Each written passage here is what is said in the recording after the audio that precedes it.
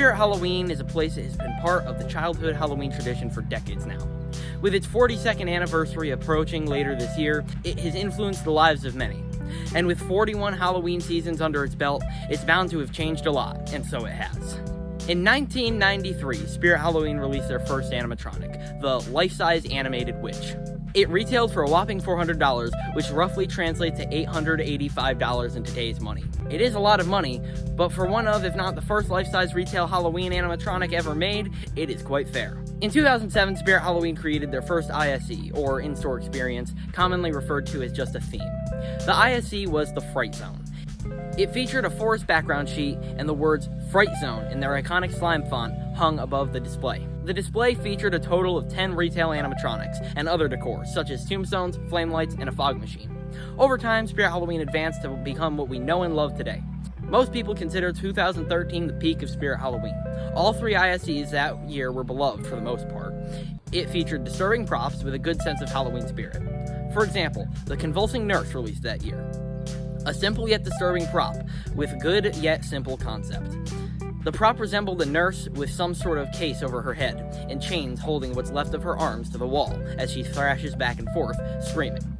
The prop isn't extremely bloody or gory, and the blood that it does have isn't very realistic at that, but it still manages to scare audience to this day.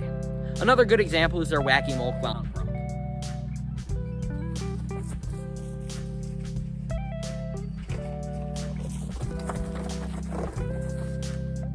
Okay, so I actually forgot to record this part, or accidentally didn't. I accidentally stopped recording instead of started recording, so I'll just do voiceover here. There are many people who claim that clowns have taken over Spirit Halloween, and Wacky Mole is a prime example of how to do a good clown. He has a wacky look to him, no pun intended, but still manages to be threatening with his hammer. Another good example of a clown animatronic, also released in 2013, is Silent and Deadly Clown.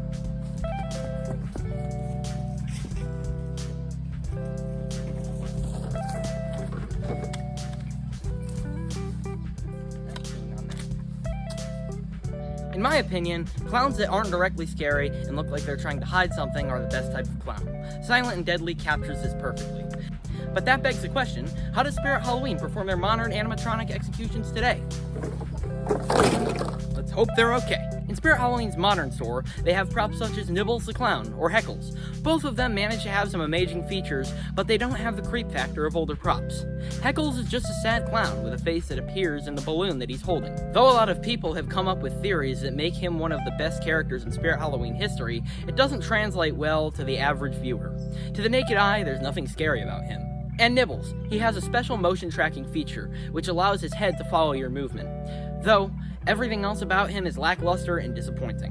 While I'm not saying every prop nowadays is bad or lackluster, props nowadays far focus on character more than anything else. Now that I've shown some prime examples of how Spirit Halloween has progressed over the years, how could they change it to make it better in the future? Spirit Halloween has advanced in some departments such as quality. Their newer props are made with a fully metal structure with mechanisms that don't break easily. With older animatronics, they tend to use very thin metal poles or simply just plastic. Though, like I touched on before, they haven't improved on the actual concepts of props. Their characters are great, but if they're not scary, then are they really Halloween animatronics, or are they just animatronics? Obviously, there will always be a few bad props each year, but that doesn't stop most of them from being good. An example I would like to present is my very own prop I built by hand, Snazzo the Clown. He falls into the category of clowns that are quiet, but seem to be hiding something. In his audio, I use the track It's Just a Burning Memory by The Caretaker. A track that on the surface seems to just be a creepy rendition of an old ballroom tune, but once you listen to it, many people have claimed to be unsettled by the track and even feel a sense of loss. I won't get into exactly what Snazzo is supposed to be, but he definitely accomplishes what exactly he needs to. No bias in saying that at all. Totally. Nope. If there were more concepts like Snazzo in the modern day, things that push the line into something a bit more real, we could see the creep factor of Spirit Halloween rise once again. Another good example of a better modern spirit prop is Crouchy. He's very controversial amongst fans, and I feel the reason is that he doesn't have much character to him. Though he is 7 feet tall and has an absolutely horrifying look, all he does is turn side to side and laugh, which in my opinion, that's all you need. Though some people may think otherwise. I could go on for hours as to how Spirit Halloween could improve, but I think it's best I just leave it at that.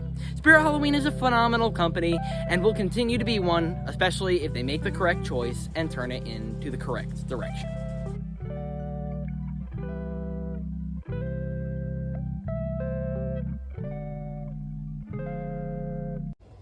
Oh, I don't have to film anything. It's over. Go home. I said go home! Oh shoot, I hit my phone, damn it.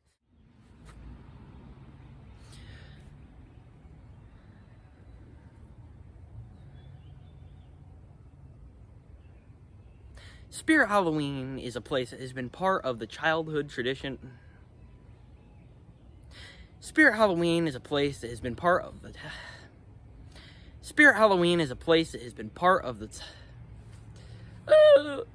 In 2007, Spirit Halloween created their first ISE, or in-store